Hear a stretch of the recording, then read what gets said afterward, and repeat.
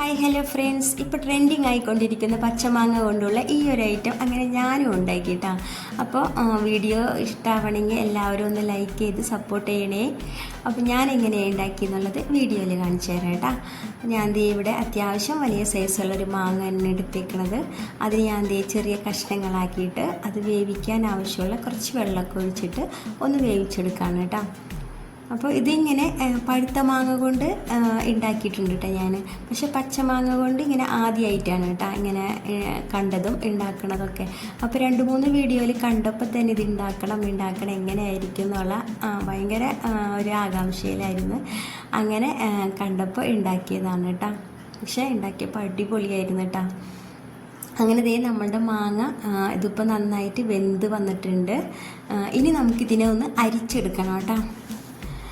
ഇതിങ്ങനെ വീഡിയോയിൽ കണ്ടപ്പോൾ ഞാൻ വിചാരിച്ചു കേട്ടോ, ഇതിങ്ങനെ വേവിച്ചതിന് ശേഷം ഒന്ന് മിക്സിയിലിട്ടൊന്ന് അടിച്ചെടുത്താൽ പോരെയെന്ന്. നിങ്ങൾ ചിന്തിച്ചിട്ടുണ്ടാവില്ല ഇങ്ങനെ? അതെ, അപ്പം ഞാനും അങ്ങനെ ചിന്തിച്ചു കേട്ടോ. പക്ഷേ അത് ഞാൻ കണ്ട വീഡിയോയിലൊക്കെ ഇങ്ങനെ അരിച്ചെടുക്കാൻ. അപ്പോൾ ഏതായാലും അതിനൊരു മാറ്റം വേണ്ടല്ലോ എന്ന് വിചാരിച്ചിട്ട് ഞാനും അരിച്ച് തന്നെ എടുത്തിട്ട് അതിലെന്തെങ്കിലും തരികളോ ഉടയാത്ത കഷ്ണങ്ങളൊക്കെ ഉണ്ടെങ്കിൽ ഒന്ന് ഉടച്ചെടുക്കാൻ വേണ്ടിയിട്ടാണ് കേട്ടോ ഈ അരിച്ചെടുക്കണത്.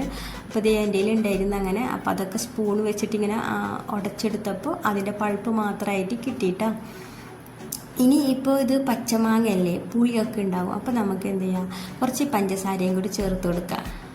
മധുരം നോക്കിയിട്ട് ആവശ്യത്തിന് പഞ്ചസാരയും കൂടി ചേർത്ത് കൊടുക്കാം കേട്ടോ.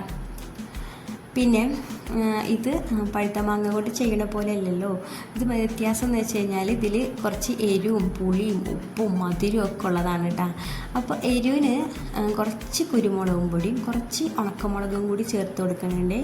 ഇനി എരിവ് ഒരുപാട് വേണമെന്നുണ്ടെങ്കിൽ ഒരുപാട് ചേർത്ത് കൊടുക്കും. പക്ഷേ ഒരുപാട് ചേർക്കാൻ പാടില്ല കേട്ടോ. ഒരുപാട് ചേർത്ത് കഴിഞ്ഞാൽ പിന്നെ കഴിക്കാനൊന്നും പറ്റില്ല. ഇപ്പോൾ ഞാൻ കുറച്ച് ചേർത്തിട്ടുണ്ട്. ഇനി ഒരുപാട് വേണ്ടാന്നുണ്ടെങ്കിൽ ഈ കുരു മാറ്റിയിട്ട് ഇട്ട് കൊടുക്കാം കേട്ടോ ഉണക്കമുളകിൻ്റെ. പിന്നെ ഒരു നുള്ളു ഉപ്പിട്ട് കൊടുത്തിട്ടുണ്ട്, ഞാൻ മധുരമൊക്കെ ഒന്ന് ബാലൻസ് ആവാനായിട്ട്. പിന്നെ പ്രത്യേക ടേസ്റ്റാണ് കേട്ടോ ഉപ്പ് ചേർക്കുമ്പോൾ. ഇപ്പോൾ കണ്ട കാണാൻ തന്നെ നല്ല മൊഞ്ചാണല്ലേ. എന്താ പറയുക, ഉണക്കമുളകിൻ്റെ ആ റെഡ് കളറും പിന്നെ കുരുമുളകിൻ്റെ ആ തരികളും പിന്നെ ഉണക്കമുളകിൻ്റെ കുരു യെല്ലോ കളറും ഒക്കെ കൂടിയായപ്പോൾ നല്ല കളറാണ് കേട്ടോ.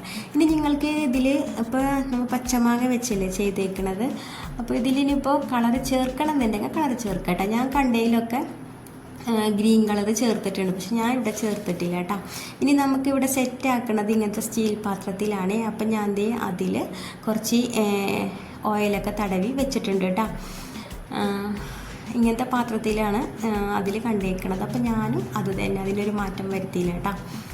അപ്പോൾ നമ്മളുടെ ഐറ്റം ഇവിടെ നന്നായിട്ട് തിക്കായിട്ട് നല്ല എന്താ പറയുക ആയ പാത്രത്തിൽ നിന്നൊക്കെ വിട്ടുപോരുന്ന പരുവത്തിൽ നല്ല മണം ഉണ്ടായിരുന്നു കേട്ടോ. നല്ല എന്താ പറയുക, നല്ല മാങ്ങയുടെ മണവും പിന്നെ എരിവും ഒക്കെ ഇട്ടപ്പോൾ നല്ല ടേസ്റ്റ് ഉണ്ടായിരുന്നു. ഞാൻ ഇത്തിരിയൊക്കെ എടുത്ത് കഴിച്ച് നോക്കിയിട്ടാണ്, നല്ല രസമുണ്ടായിരുന്നു. അപ്പോൾ ഇതിപ്പോൾ സംഭവം നല്ല അതിൻ്റെ ആ വെള്ളമൊക്കെ ഒന്ന് പൊട്ടി വരണം, അത്രേ ഉള്ളൂ കേട്ടോ. പെട്ടെന്ന് വെന്ത് കിട്ടിയ തീ കൂട്ടിയിടാം കേട്ടോ. അപ്പോൾ നമ്മളുടെ ഐറ്റം റെഡി ആയിട്ടുണ്ട്. ഇനി നമുക്ക് നമ്മളുടെ പാത്രത്തിലേക്ക് ഒന്ന് സെറ്റാക്കാൻ വെക്കാം കേട്ടോ. ഇത് എത്രത്തോളം തിന്നാക്കുന്നു അത്രത്തോളം നല്ലതാണ് കേട്ടോ. കനം കുറച്ച് തന്നെ പരത്തി കൊടുക്കണേ. ഞാനിത് ഇവിടെ 2 പാത്രം എടുത്തോളൂ, അതുകൊണ്ട് ഒരുപാട് അങ്ങോട്ട് തിന്നാക്കിയിട്ടില്ല കേട്ടോ. പക്ഷെ നിങ്ങൾ ഉണ്ടാക്കുമ്പോൾ തിന്നാക്കണേ. പക്ഷെ ഇതിൽ ഒഴിച്ചപ്പോൾ തന്നെ കാണാൻ നല്ല രസമായിരുന്നു കേട്ടോ. നല്ലായ റെഡ് കളറും യെല്ലോ കളറും ഒക്കെ കൂടിയോ പിന്നെ കുരുമുളകിൻ്റെ തരികളൊക്കെ കാണുന്നത്. അപ്പോൾ ഇനി നമുക്കിത് വെയിലത്ത് വെക്കണേ. വെയിലത്ത് വെച്ചിട്ട് ഇത് ഉണക്കിയെടുക്കുകയാണ് ചെയ്യുന്നത് കേട്ടോ. പക്ഷെ എനിക്കെന്തോ ഭാഗ്യം ഉണ്ടായിരുന്നില്ല. ഞാൻ ഉണ്ടാക്കിയ ദിവസം അങ്ങനെ ഒരുപാട് വെയിലൊന്നും ഉണ്ടായിരുന്നില്ല കേട്ടോ. അതിൻ്റെ തലേ ദിവസം വരെ നല്ല വെയിലായിരുന്നു. അന്ന് രാത്രി നല്ല മഴയും പെയ്തിരുന്നു. അപ്പോൾ വൈകുന്നേരം ആയപ്പോൾ ഞാനിത് എടുക്കുകയും ചെയ്തു. എനിക്ക് ക്ഷമ ഉണ്ടായിരുന്നില്ല. അല്ലെങ്കിൽ ഒരു ദിവസം കൂടി വെക്കുകയാണെങ്കിൽ നല്ല ശരിക്കും അതിൽ കണ്ട പോലെ നല്ല ശരിക്കും സെറ്റായേനായിരുന്നു. എന്നാലും കുഴപ്പമൊന്നും ഉണ്ടായിരുന്നില്ല. എനിക്കിത് എങ്ങനെ ആയിരിക്കും എന്നുള്ള ഒരു ആകാംക്ഷയിൽ ഞാൻ ഒരുപാട് ടൈമൊന്നും വെക്കാനുള്ള ക്ഷമ എനിക്കുണ്ടായിരുന്നില്ല കേട്ടോ. പക്ഷെ സംഭവം സൂപ്പറായിരുന്നു കേട്ടോ. കഴിക്കാനും അടിപൊളിയായിരുന്നു, കാണാനും നല്ല രസമായിരുന്നു കേട്ടോ. എന്താ പറയുക, അതെങ്ങനെ പറയേണ്ടതെന്ന് എനിക്കറിയില്ല, നല്ല രസമുണ്ടായിരുന്നു.